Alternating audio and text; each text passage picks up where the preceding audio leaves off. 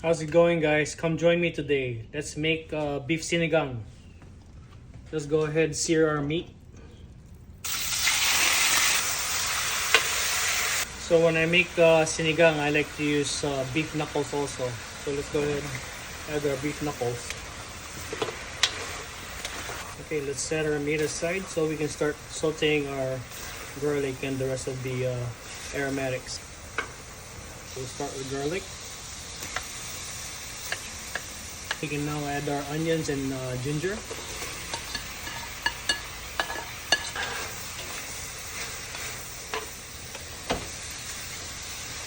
Let's go ahead and add some patis.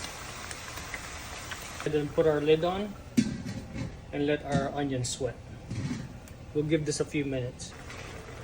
Alright, we can go ahead and add our tomatoes.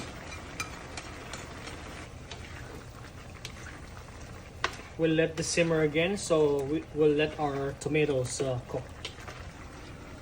Let's put our lid on, give this a few minutes. Alright, so this looks good. So now we can actually fill this with water and add our gabi, our taro roots, and our sinigang mix. So let's start with some water. So I like to use a lot of taro, some gabi. Later, when these gabis or these taros are soft enough, I like to mash about half of these so the soup will basically turn into a white color, and so the soup also gets thickened. So let's go ahead and add these to our pot. And since this is a big batch I'm making for us, for my wife and kids, whenever we make sinigang, we like our sinigang pretty sour. So for this amount of sinigang I'm making, I'm using 4 packs of this sinigang mix. So when you guys make it, you can decide how sour you want to make it. But for us, this is how much we like to put, because we like our sinigang really sour. So these beef knuckles take a really long time to tenderize. So usually whenever I use beef knuckles, it takes about an hour and a half or 2 to get them to get tender. The beef knuckles that I purchased came with a little bit of tendons, so it just giving you guys a heads up, it takes a really long time. If you guys have a pressure cooker, you can separately pressure cook the beef knuckles. By doing that, it will only take maybe 30-40 minutes versus 2 hours or so. So just a little FYI. Alright, so let's put our lid on. We will let this simmer for the next hour and a half or 2. Alright, so let's go ahead and remove all the impurities here.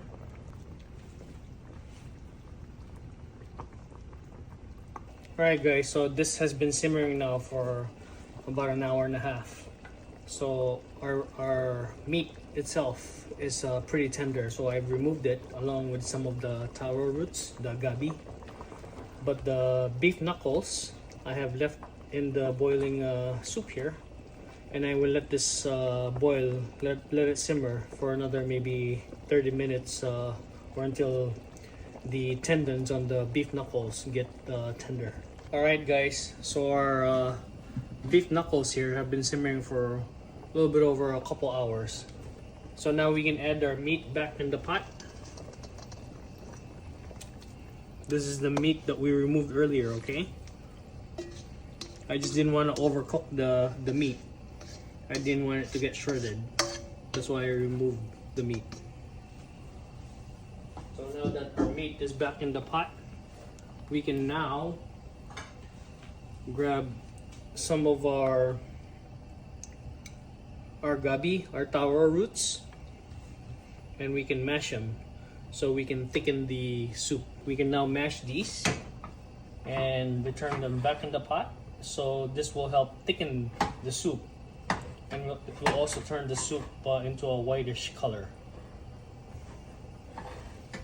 This is how I grew up making this, eating this. So every time I make sinigang, this is basically how we make it. There's different versions of sinigang, and this is our version. Alright, so now that we have mashed the taro, we can now return it back in the pot and add the remaining of the ingredients, and we're basically finished with the sinigang.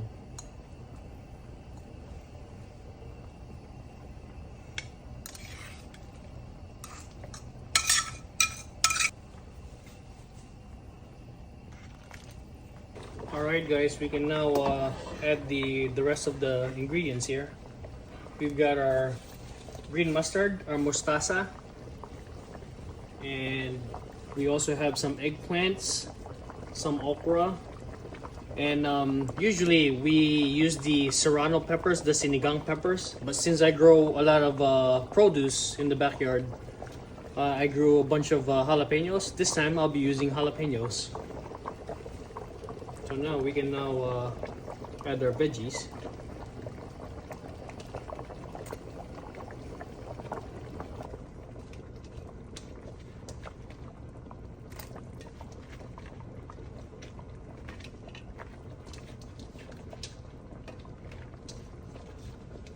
So sinigang is the Filipino version of tom yum soup. If you guys are familiar with the Thai soup called tom yum soup, it's like a sour soup. This is the Filipino version that we call sinigang. And you don't have to use beef. You can use, some people use chicken, some people use pork, but this time I use beef. So we put a lot of vegetables when we make sinigang. My kids really love mustasa, green mustard. So whenever I make this, I tend to put a lot of veggies in the sinigang.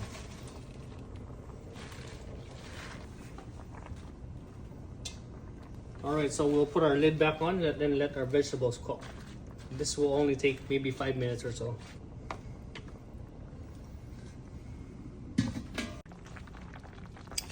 Alright guys, our sinigang now is finished. So we can go ahead and give this a try. So usually we eat sinigang with rice and with fish sauce and these hot peppers. Perfect combination. I made a big batch because this is our food for the week. So usually when I, like I've mentioned in my other videos, when I make food, when I cook food, I make a big batch because this is what we eat for the next few days. Here's our beef sinigang. Let's get our dipping sauce ready, our fish sauce. And our jalapeno pepper.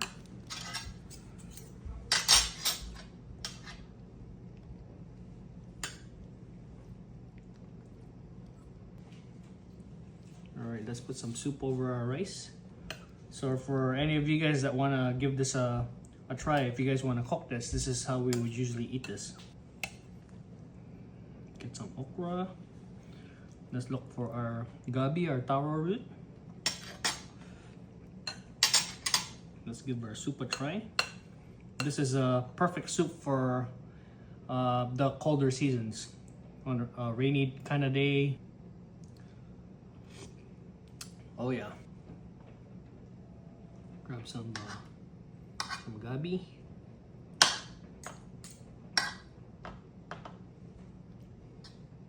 A little bit of okra.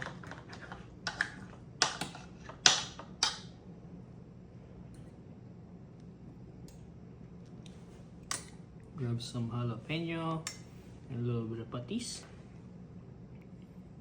Alright, the perfect bite.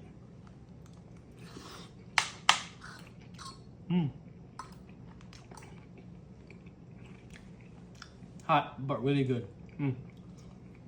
So good.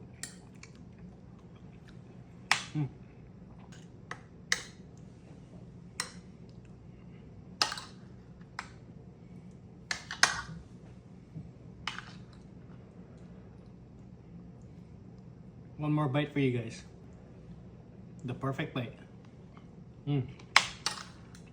So good.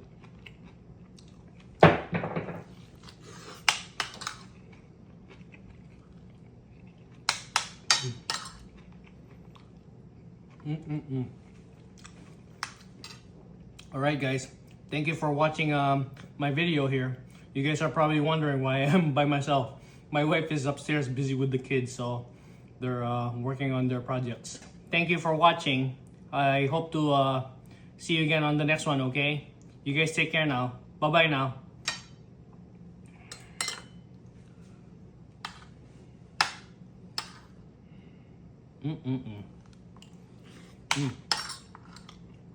So good.